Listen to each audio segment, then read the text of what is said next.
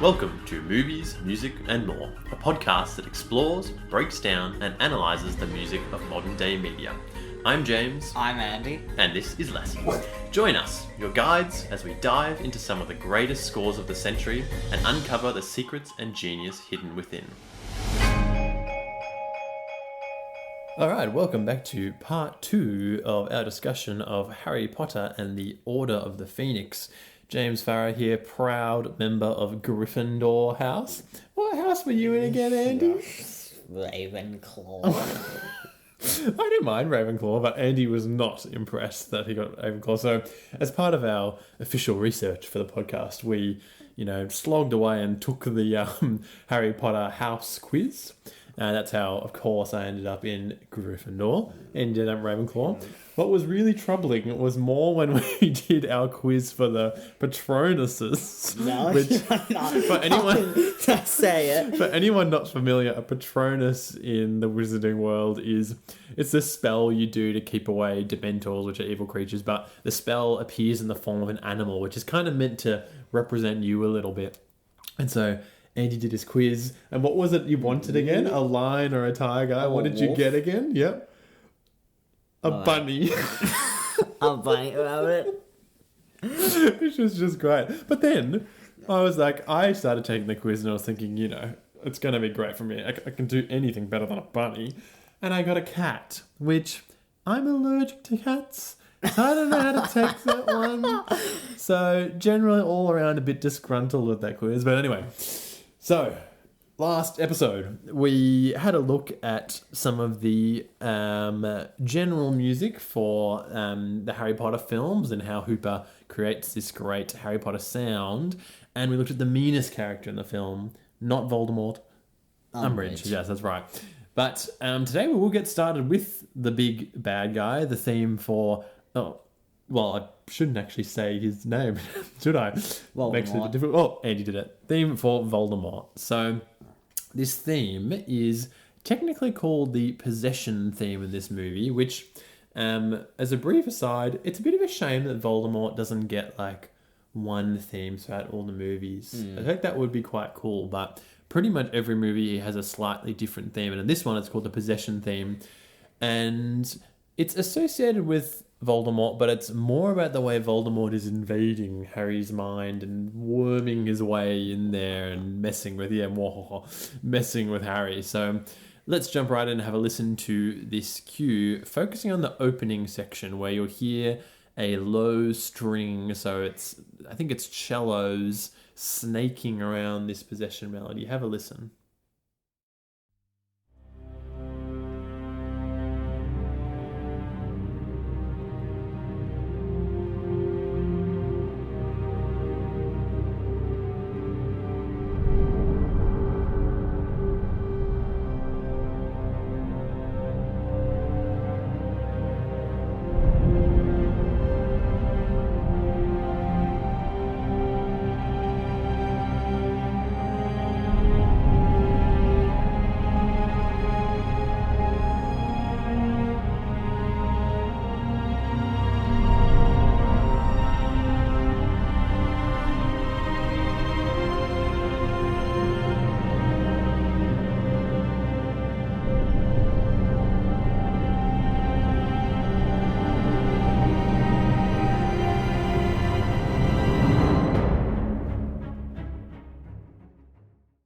Hopefully at the beginning you notice the possession theme snaking along. So this is once again another minor based theme, so very dark notes.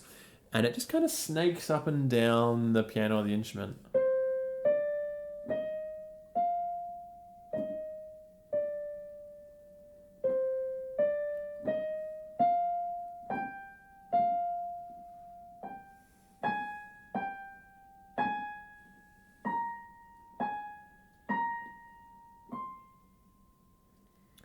So it's got this very dark, worming sort of quality, which is kind of since Voldemort is basically just worming his way into Harry's mind, and yeah.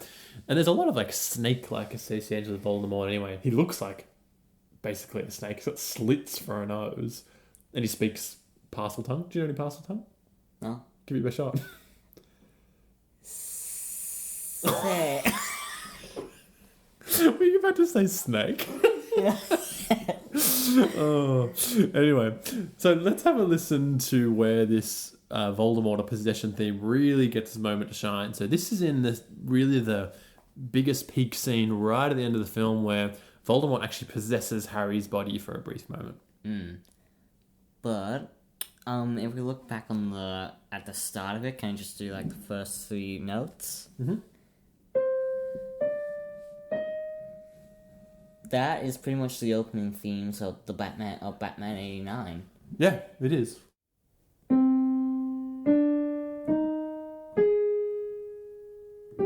Yeah, it's very similar because again, it's the first couple of notes of a minor scale. So yeah, let's have a listen.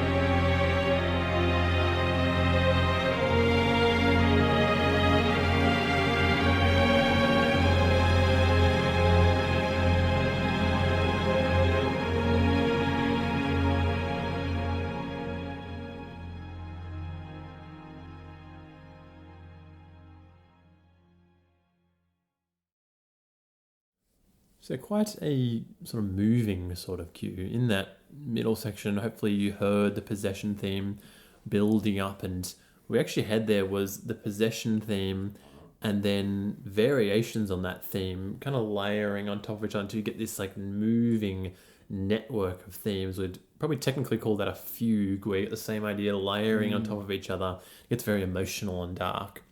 While we're talking about this scene where Voldemort possesses Harry, we've got to talk about, like, this is the bit where you get the best wizard duel, and I reckon just display of magic in the entire Harry Potter film franchise. Do you agree? Like, this is between Voldemort and Dumbledore, which I haven't mentioned Dumbledore yet. He's the headmaster of Hogwarts, very powerful wizard. And he's old. He is old, but he's powerful. And it's such a good scene. I wish there was more scenes like that. But in some ways, it makes it very special that you get this one scene where it's so cool.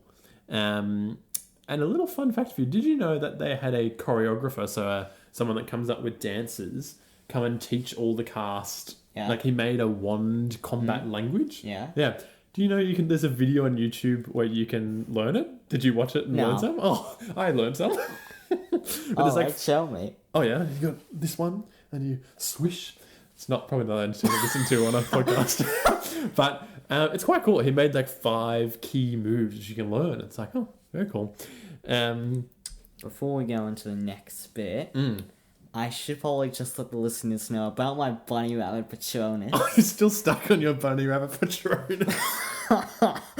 There's a bunny really rabbit pillow right in front of us. Yeah, in the little room we're recording, and there is a bunny rabbit pillow just And staring at Andy. Here's what him. I'm going to do to it. What? Not the bunny. Oh. Andy just angrily threw the pillow out the door. All right. Have you got that off your chest now? Much better. And you can finally focus. Where were we? In this in this scene where Dumbledore and Voldemort are fighting, just to call the scene is in the Ministry of Magic. That set they made out of 30,000 individual tiles. Yeah. Yeah, which first of all they made out of cardboard. Makes our cardboard forts as kids look a bit lame. Yeah, because apparently actual, like, plates would have taken quite a long time, but cardboard is just, like, more flexible too, because the ceiling is curved rather than straight. Yeah, and it still took them 22 weeks to build that set. And this I thought was kind of funny. It was rigged to explode, because in a scene, Voldemort does that, which meant cast members weren't allowed to have their mobile phones on them in case their phones triggered the explosion. But that seems very precarious. But actually, another funny thing about two things about that. The mobile phone things. So one's two older twins. Yeah, Fred and George Weasley. Fred and George. Yeah. The actors actually managed to find a way to hack into the walkie-talkies. Yeah, I didn't hear this. And they told everybody to go back home. Oh, really? Really? I did not hear about that. That's awesome. Thankfully, somebody stopped them from doing it. Sorry? Thankfully, somebody stopped them from doing it. Oh. Everybody been would very have gone home. But another thing, just a 10-minute thing, there's another scene like that, which isn't in this movie. Yeah. It's in the third Transformers movie, where we have, like, Bit of a an jump. awesome look at Cybertron, which is the Transformers' home planet. And I want to know how much money they spent on that. Too much? $22 million for 3 minutes. That's very much. I think we'll probably have to do a Transformers movie at some point, because that actually truly, like, Andy's into Batman, like we mentioned last episode, but Transformers is like your true love, really. So I think we'll have to get around to it at some point. I need to take a photo of all the Transformers I have. I'm just gonna put it. Yeah, on true. We can Facebook. share it with the audience because it's But ridiculous. they spent like $20-something million on a 3-minute time. Yeah, they spent a lot of money on these sets. What was also interesting for this scene where Voldemort and Dumbledore are battling is that there wasn't any music, because choosing where to have and not to have music in a film is a really important decision by the composer and the director and those people.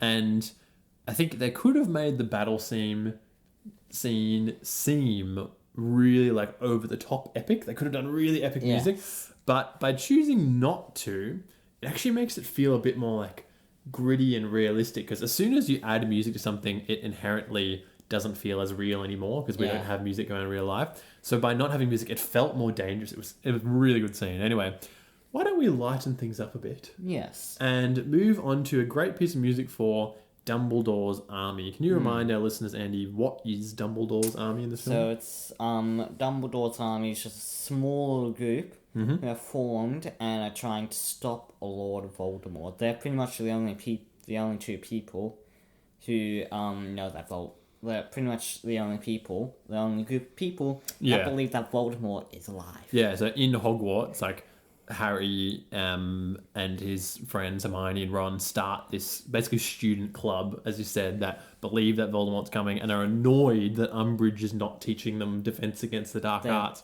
So they start this club, Dumbledore's Army, that quickly becomes illegal within the school because Umbridge doesn't like that there's a club going on. So the piece we're going to listen to is called Dumbledore's Army, and it is played when all the students decide to create the group.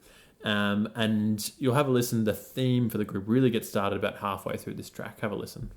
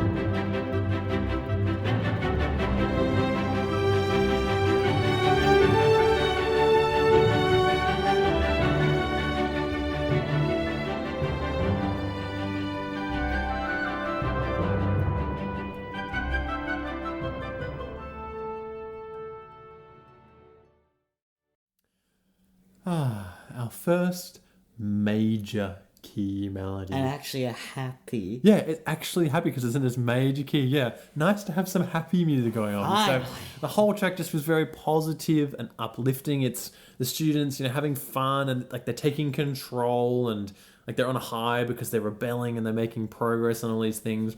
Lots of clarinets and woodwinds, so definitely in that Harry Potter sound.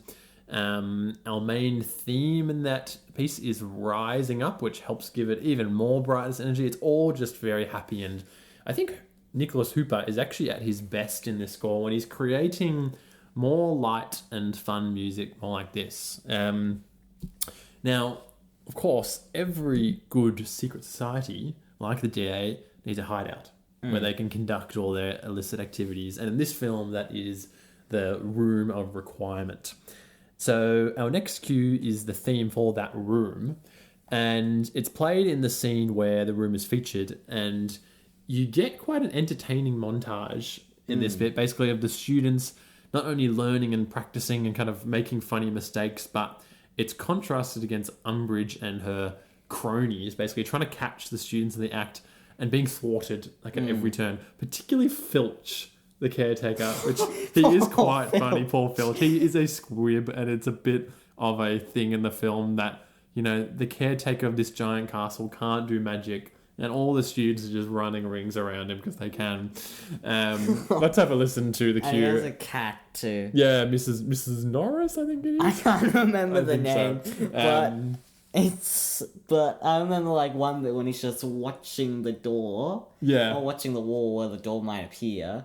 I think the Weasley brothers just leave a box of chocolates, and he has all these pimples all so all the students just pull pranks on the poor caretaker. He isn't a very nice guy, but he gets these chocolates from Fred and George Weasley, which are these pranksters, and immediately just has all these hives that spurt onto the camera. It's really gross. Anyway, let's have a listen and we'll talk more about the scene in a second.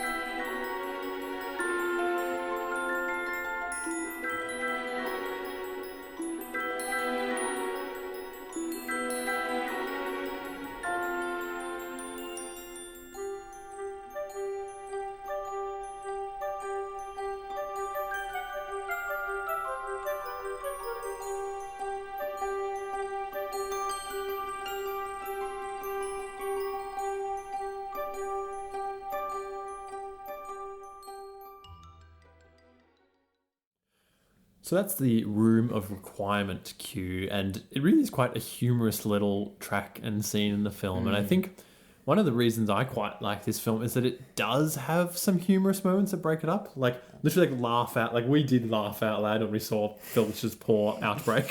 I don't think you get that a lot in other Potter films. They're not always dark and serious, but they're not laugh out loud funny. Room of Requirements, practically, what was it that Hermione said? Room of Requirements would change to suit anybody's needs. Yeah, that's right. And I remember just one of the Weasley twins were there, and he said, I need to go to the toilet. Yeah. And it's all covered in glass. Yeah, and there's another bit in that scene where Ron and Hermione, they're practicing dueling, and Ron's all like, oh yeah, I'll take it easy on you, Hermione. And then Hermione instantly gets him, and he flies back with this little girly scream. And I thought it was quite funny as we were reading about this, to get the effect of Ron flying back, they tied a harness to him, which was attached to a rope to a really heavy guy Yeah. who jumped off a ladder. So he just gets flown back. It's just a funny little practical effect that they did. I feel sorry for the poor actor now. Yeah. But lots of high chiming mallet percussion like that Celeste sound, lots of woodwind. We're well within our Harry Potter palette. And I reckon this is really the sound of tiptoeing. That's what it sounds like to me. Like you get this. And it just sounds like, it's the students tiptoeing around Umbridge and getting away with things and fooling Filch. And once more, it's got this triplet or 3 beats within one beat sound. 1, 2, 3, 1, 2, 3, 1, 2, 3, 1, 2, 3, which is more like a dance. So like they're dancing around Umbridge and everything. It's quite cool. Whether that means it's a bit similar to Umbridge's theme, because Umbridge's theme was also in 3, I don't know. I don't know if that's meant to be a connection, but yeah. Again, maybe it's the connection of their dancing around Umbridge. I don't know.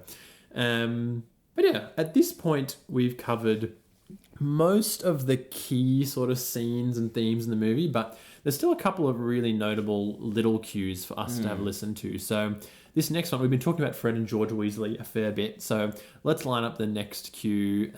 This is a scene where Fred and George pretty much pull off their ultimate prank because they're sick of school and decided they're going to leave, and they interrupt the school examinations with a huge fireworks display, which also causes chaos and embarrasses Umbridge for good measure. So let's have a listen to the cue fireworks. And also, so if you go back to the first episode, how I said like just has a wall of rules, like they hang up rules. Yeah. They will explode. Yeah, so in the process of messing with Umbridge, all these fireworks destroy all of Umbridge's educational decrees and rules, which is a good moment. That was such a good moment. Yeah, and it's very clear that none of the students like Umbridge because they're all out there cheering for Fred and George. No one cares that Umbridge gets swallowed by a dragon firework. Yeah.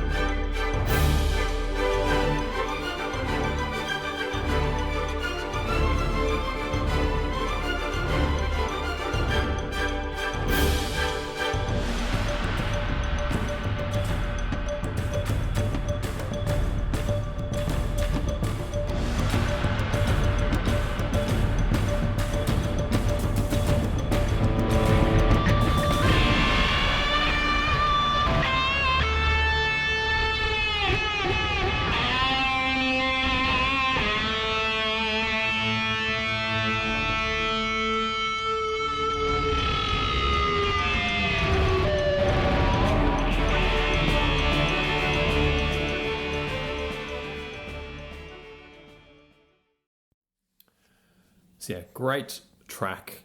I was trying to figure out what this sounds like. And I think it sounds like a cross between like a parade or a procession and an Irish jig. Because you've got this from the string instruments like violin, which is very sort of jig-like. But then you've also got this low vum, vum, vum. And this little idea right at the start that opens the track on the xylophone that just keeps going the whole time. So you've got this sort of steady rhythms along with the Irish jig, which it just sounds very cool. I don't know about the electric guitar, which is strange because it's not in the film. When you hear this track in the film, there is no electric guitar, whereas they put it into the album. So I don't know, maybe Nicholas Hooper is a guitarist. Maybe he was just like, I just want to shred on Fred and George Weasley's track. I don't know. But yeah, cool little track. Now, one of the missing elements of this Harry Potter film is there's no Quidditch. There is no Quidditch. Yeah, which is really very un-Harry Potter. It's like having no AFL in Australia or no cricket in India or something. It's just the sport is gone. We better explain what Quidditch is. For anyone who doesn't know. Quidditch is pretty much the wizarding world's basically football. Yeah, they're major sport. Sport. So technically, you have four orbs. One is just bright red, and that's pretty much a point score. Oh yes, and there's they do it on flying broomsticks. Yeah, that's probably the key bit. Oh yeah, they do it on flying broomsticks. And they've got like these long circle bits. So they've got one small one. Yeah, long goalposts. Yeah, and the two other orbs called, what are they called again? There's kind of a normal ball which they're throwing into these hoops, almost basketball like. Then there's another ball with a bludge that is magic and flies around trying to knock them off their brooms. And then there's one last one, the golden snitch, which is hard to catch and ends the game. But anyway, the point is they're flying around on broomsticks. Yeah.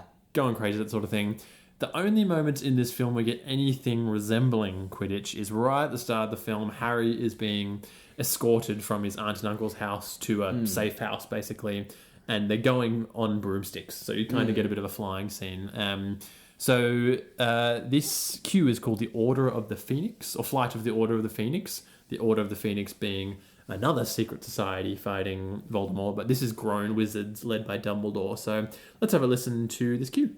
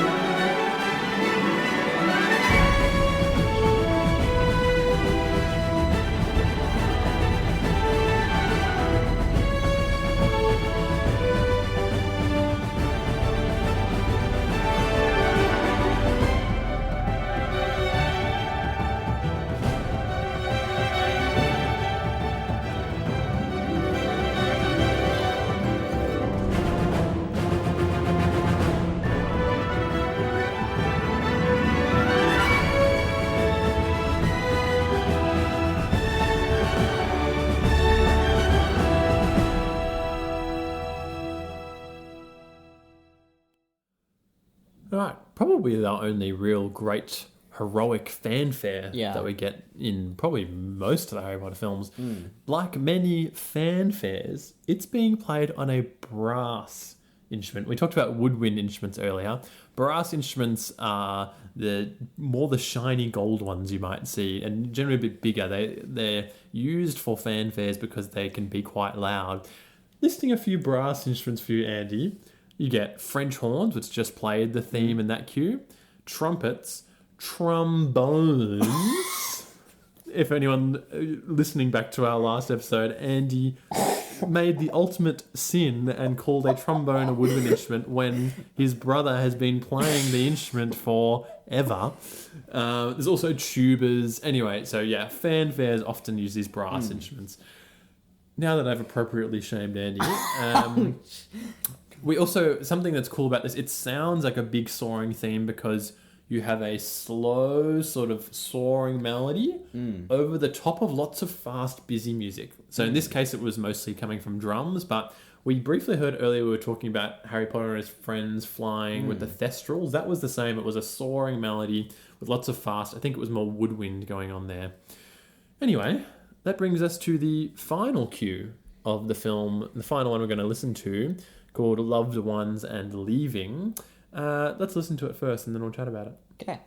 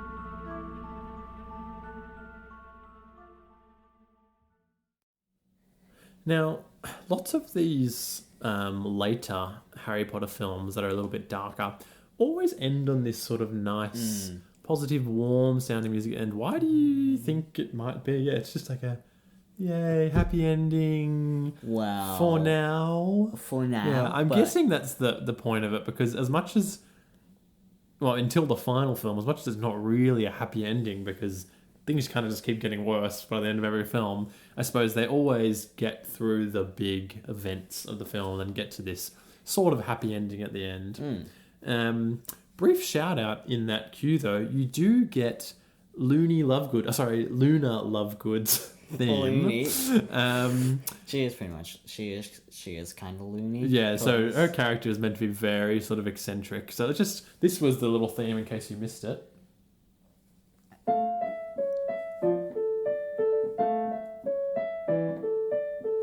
So yes, it's just a sort of, again, another minor key. It uses, again, some high mallet percussion and a flute, woodwind, and that sound. It's all Harry Potter sounds.